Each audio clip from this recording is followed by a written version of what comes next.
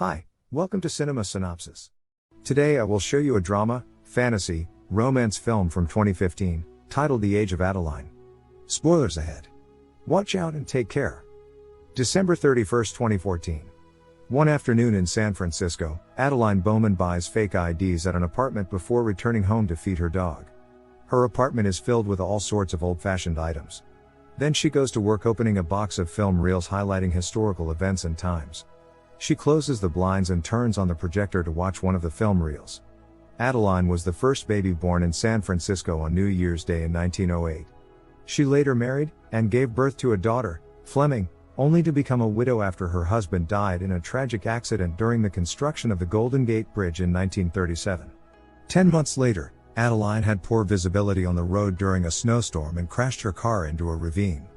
She died in the freezing lake, but lightning struck her car and she came back from the dead. From that moment on, Adaline physically remained 29 years old. As time passed, she attributed her unchanging appearance to a combination of good diet, exercise, and luck.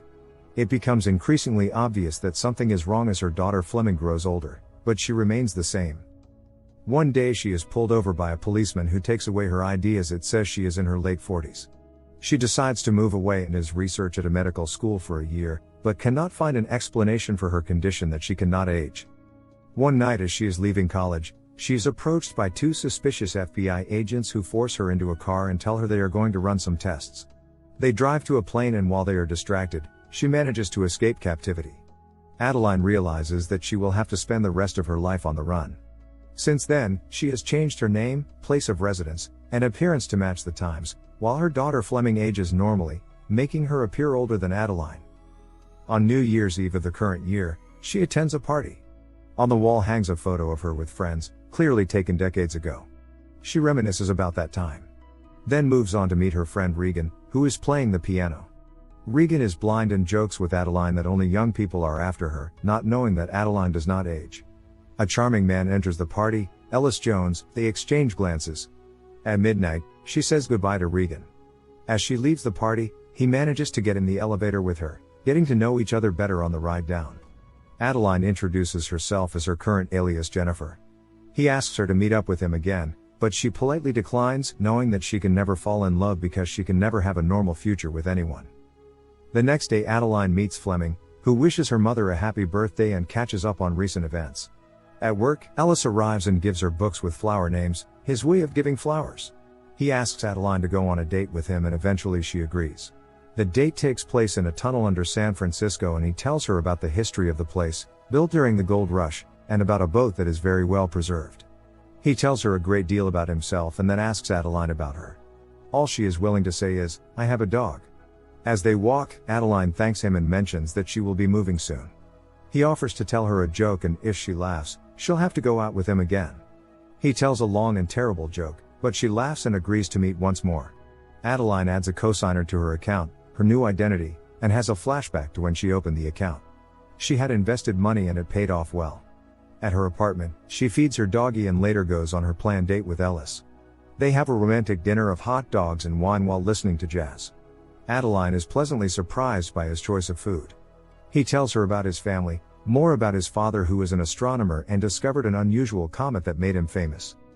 Ellis has seen Adaline before. The encounter at the party was no accident. He had his eye on her ever since he saw her sitting near the library in a blue dress.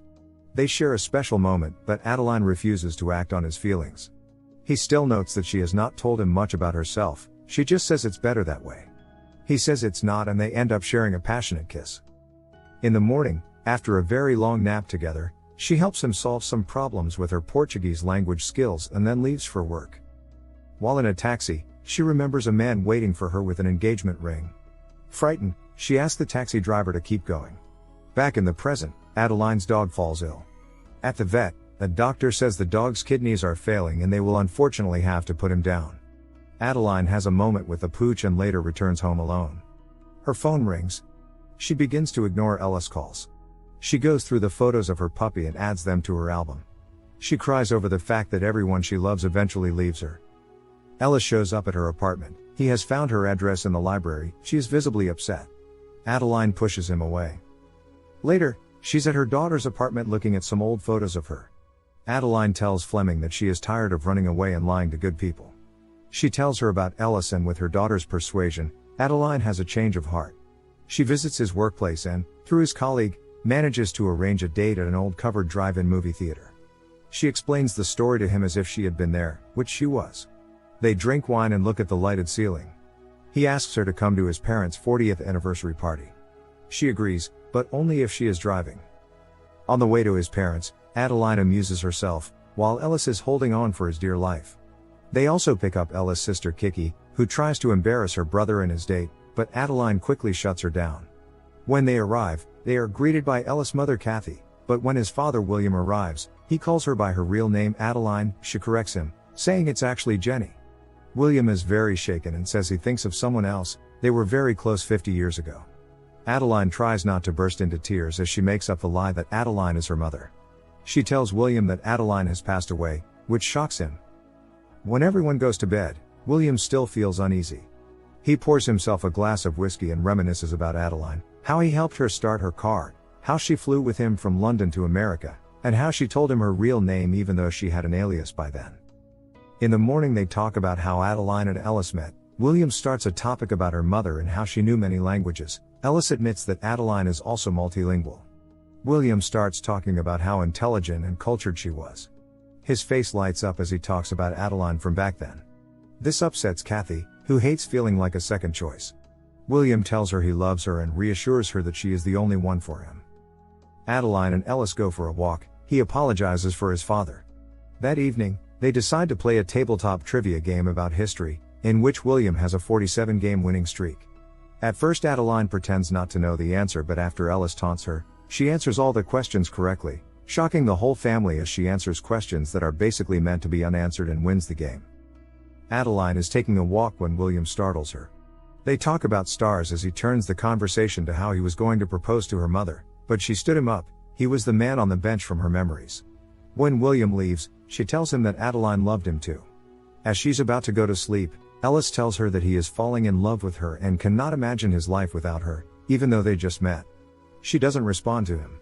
In the morning, when the rest of the family has left on personal ventures, Adeline goes for a walk and runs into William. He tells her that she has a ladybug on her head and removes it, noticing a scar on her hand. Adeline walks away and William is shaken, as if remembering something. He has a flashback memory of them walking in the woods and her injuring her hand. In the present, William goes into a cabin and finds a box from 1966, and he remembers stitching up her hand. Back in the present, he finds a photo they took that day. William begins to put everything together. He drives to Adeline and confronts her. He tells her not to lie to him, knowing that he stitched her scar. He just wants to know the truth, how she hasn't aged at all. She doesn't know herself, but she reveals to him why she did not show up at the bench that day. She was scared.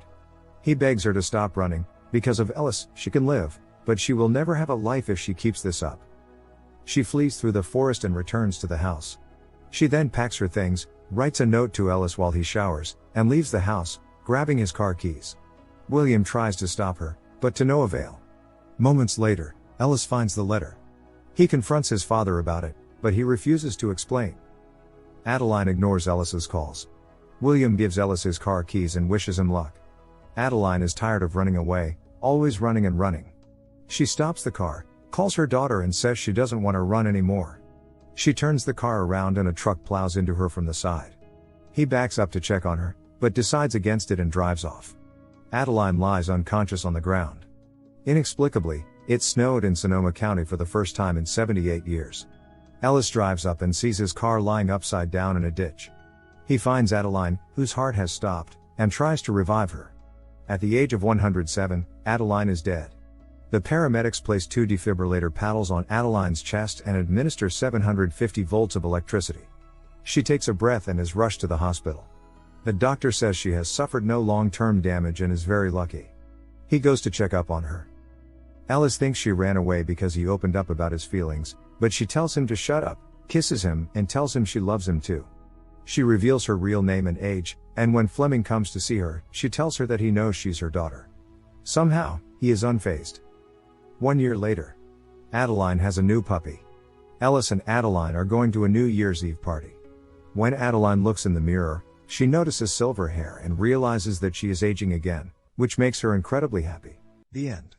Thank you for watching. Subscribe Cinema Synopsis if you want to watch more recap videos.